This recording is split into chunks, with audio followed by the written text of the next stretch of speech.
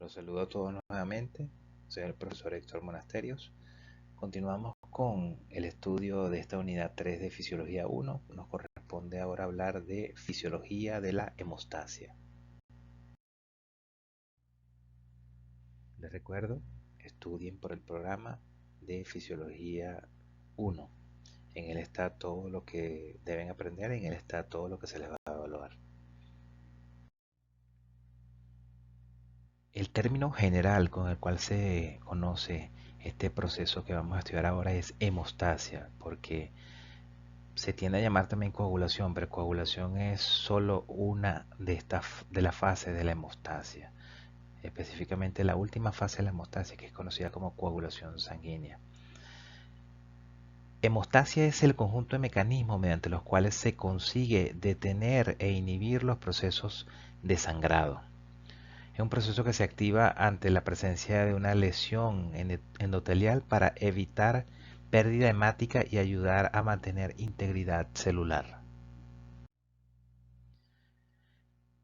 Ella permite que los mecanismos de coagulación se activen cuando hay daño de forma rápida, localizada y reversible.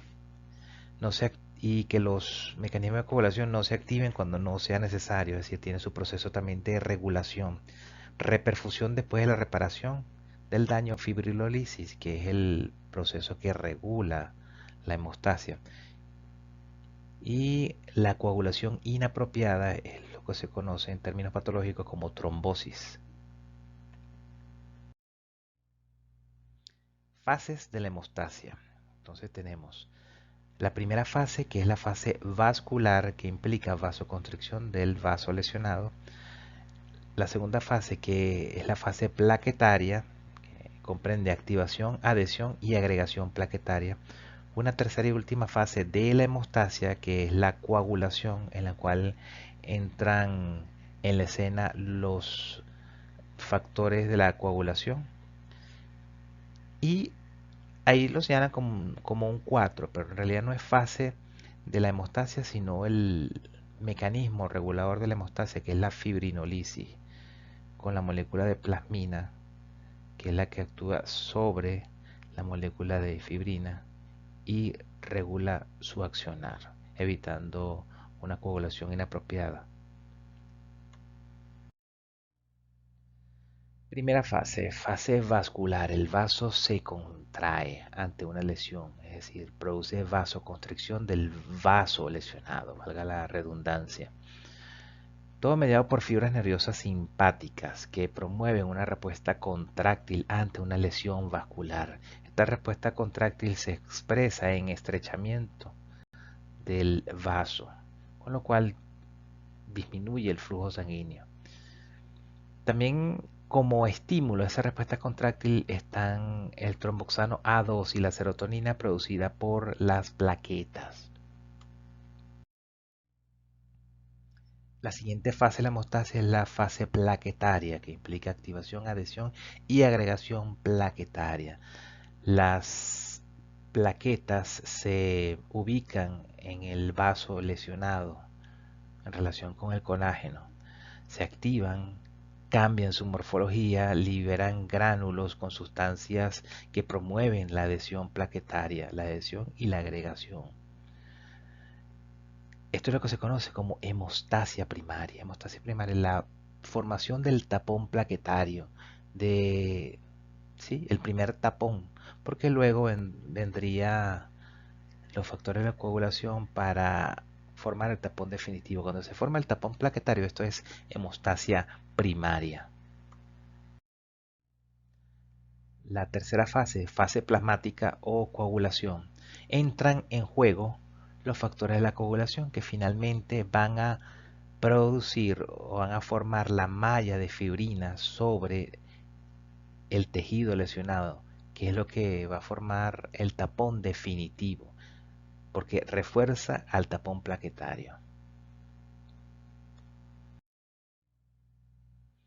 Esto es lo que se conoce como hemostasia secundaria, la formación del tapón definitivo, el reforzamiento del tapón plaquetario. Coagulación es el proceso en el que una proteína soluble, el fibrinógeno, que es el simógeno de la fibrina, se convierte en una red de fibrina insoluble. Activación, esto implica activación de proteínas plasmáticas en forma de cascada, la vía intrínseca y la vía extrínseca. Todo es desencadenado por un daño vascular, un daño endotelial. Los efectos antitrombogénicos son aquellos que favorecen la fluidez de la sangre y los efectos trombogénicos aquellos que favorecen la formación de trombos. Conceptos elementales. Propiedades trombóticas del endotelio. El endotelio sintetiza factores de von Willebrand. El endotelio libera factor tisular. El endotelio produce inhibidores del activador del plasminógeno. El endotelio, los fosfolípidos de membrana se unen y facilitan la activación de los factores de coagulación a través de puentes de calcio. El endotelio cubre la altamente trombogénica membrana basal. Las plaquetas no se unen a un endotelio sano, sino a un endotelio lesionado. El daño tisular, el principal estimulante de la hemostasia. Y el principal estimulante para que se acerquen al sitio de la lesión, las plaquetas se activan y producen adhesión plaquetaria y agregación. La prostaciclina y el óxido nítrico del endotelio sano no permiten la unión de las plaquetas, no permiten la adhesión ni la agregación. La ADPasa contrapone los efectos agregantes plaquetarios del adenosín difosfato. Propiedades antitrombóticas del endotelio. Moléculas parecidas a la heparina que activan antitrombina 3 e inactivan a las proteasas de los factores de la coagulación. La trombomodulina, otra de las propiedades antitrombóticas del endotelio, sustancias antitrombóticas del endotelio, cambia la especificidad de la trombina, activa la proteína C, la cual inactiva los factores 5 y 8. Las células endoteliales producen activador del plasminógeno tisular, el cual activa la fibrinólisis, que es el proceso que regula la coagulación, que es el proceso que regula la hemostasia, a través de la conversión de plasminógeno a plasmina. Plasmina es la molécula principal que interviene en esta regulación de la coagulación, de la hemostasia, mejor dicho.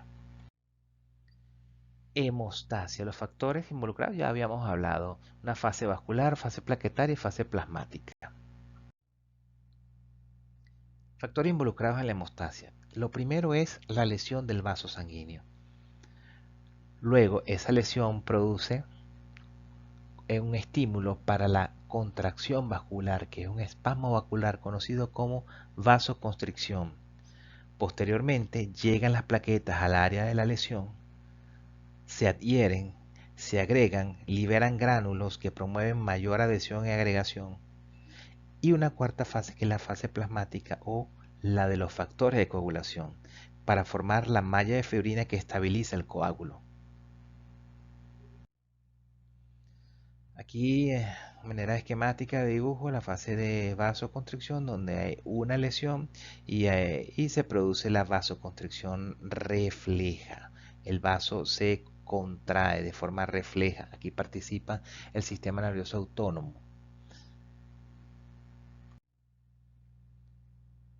La lesión directa del endotelio con exposición de colágeno es el estímulo.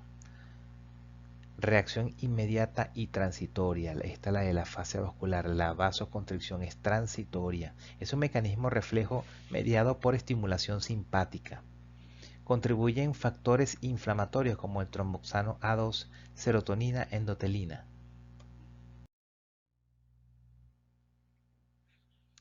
Eso con respecto a la fase vascular. Ahora, la fase plaquetaria.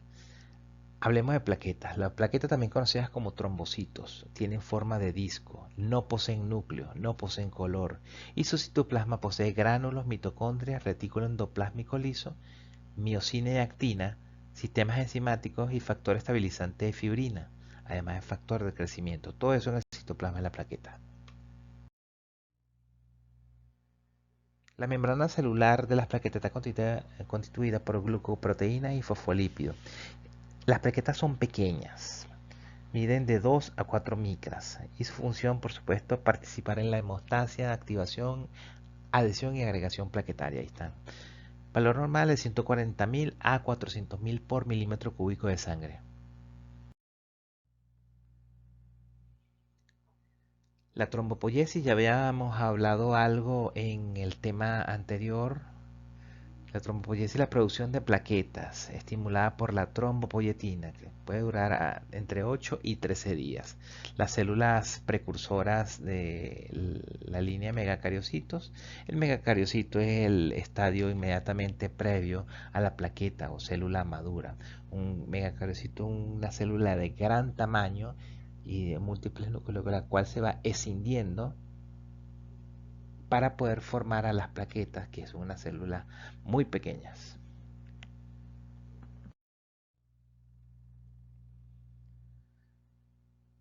Un dibujo que muestra de manera muy resumida la trombopoyesis o trombocitopoyesis.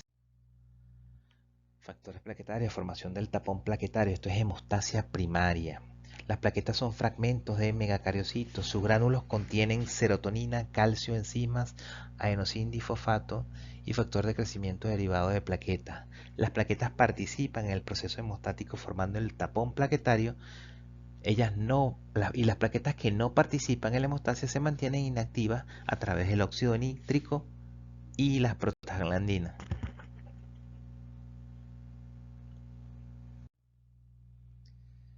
La hemostasia primaria, ven cómo las plaquetas acuden al sitio de la lesión, cambian su morfología, liberan sus gránulos con adenosindifosfato, tromboxano A2, lo cual resulta en un estímulo para mayor agregación plaquetaria, reclutamiento de plaquetas que las cuales se agregan unas con otras y forman el tapón plaquetario. Este es el proceso de hemostasia primaria. La adhesión plaquetaria depende de receptores plaquetarios llamados integrinas, entre las que se cuentan glicoproteínas 1B y 9, glicoproteína 1A, 2A. Los ligandos interactúan con los receptores factor de von Willebrand y colágeno, que son los ligandos que interactúan con los receptores a nivel plaquetario. Cambio conformacional de la plaqueta. Pasa a formar pseudópodos. Interactúan con las plaquetas adyacentes. Posteriormente se contraen para consolidar ese tapón plaquetario en el proceso de retracción del coágulo. Liberación de gránulos plaquetarios que contienen adrenalina, colágeno, adenosindifosfato y trombina. Liberación de sustancias activas preformadas en los gránulos. Activa la vía de la prostaglandina, tromboxano A2 vía ciclooxigenasa. Libera calcio. Activación de la glicoproteína 2B3A.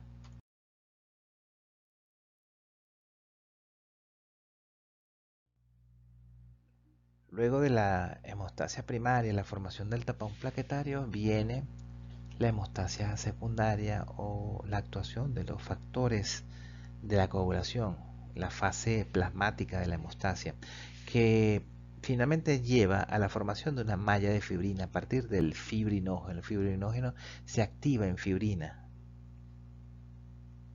y comienza a elaborar la red de fibrina que le da sustento, que le da estabilidad al tapón que está cubriendo la lesión tisular.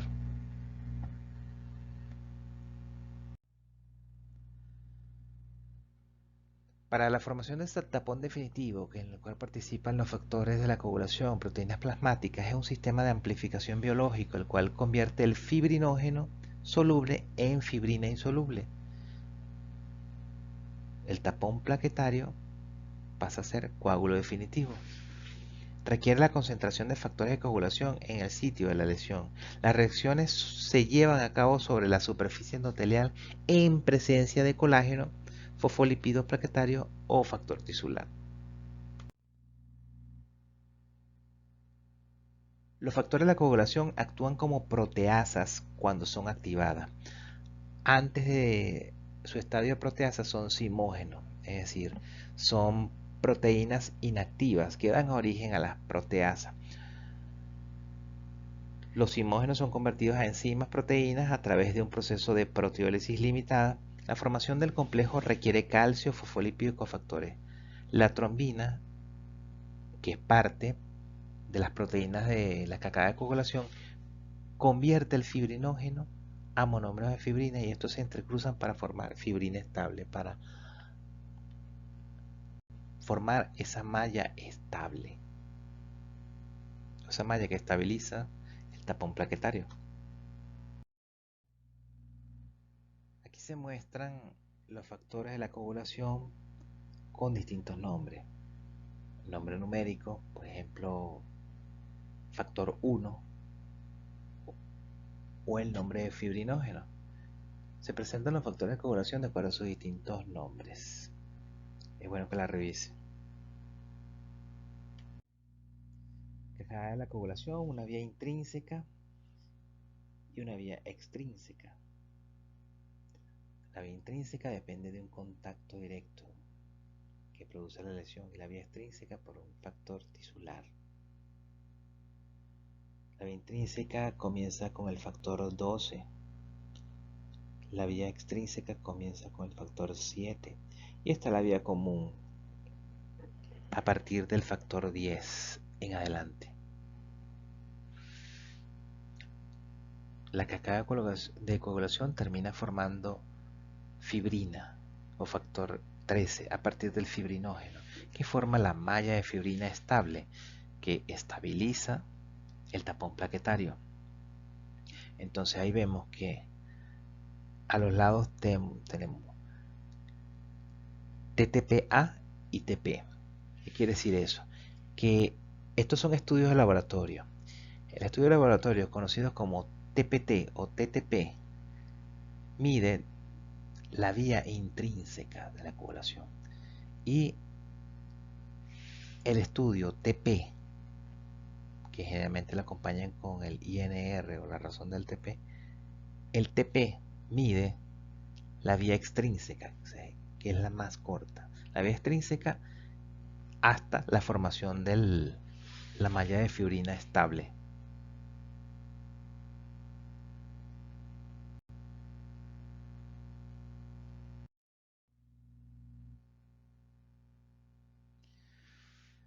Representación de la vía extrínseca de la coagulación, que comienza con un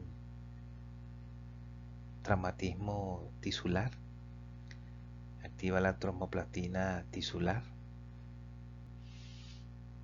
lo cual va a provocar la transformación o la activación del factor 10, que a partir de ahí es que se inicia la vía común.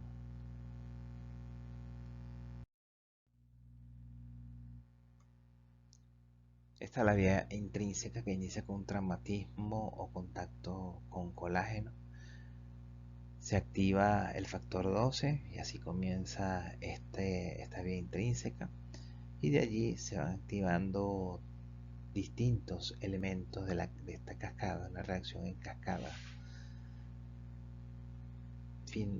Finalmente activa el factor 10 que inicia la vía común y lleva hasta la formación del tapón definitivo o malla estable de fibrina.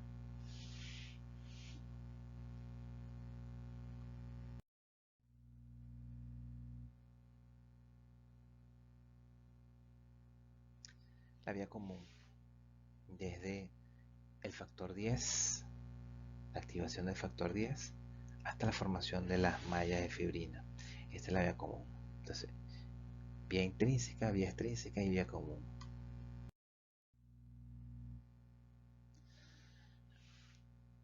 Así como hay hemostasia para detener el sangrado, tiene que haber un proceso que regule esta hemostasia para que no se produzcan trombos. Ese proceso que regula es la fibrinólisis, un proceso destinado a la degradación de las redes de fibrina formadas en el proceso de coagulación sanguínea, evitando la formación de trombos. La fibrinólisis inicia con el zimógeno, que es el plasminógeno. El plasminógeno finalmente se activa y se forma la plasmina. La plasmina actúa sobre la malla de fibrina y lisa el trombo o lisa esa malla de fibrina, impide esa coagulación.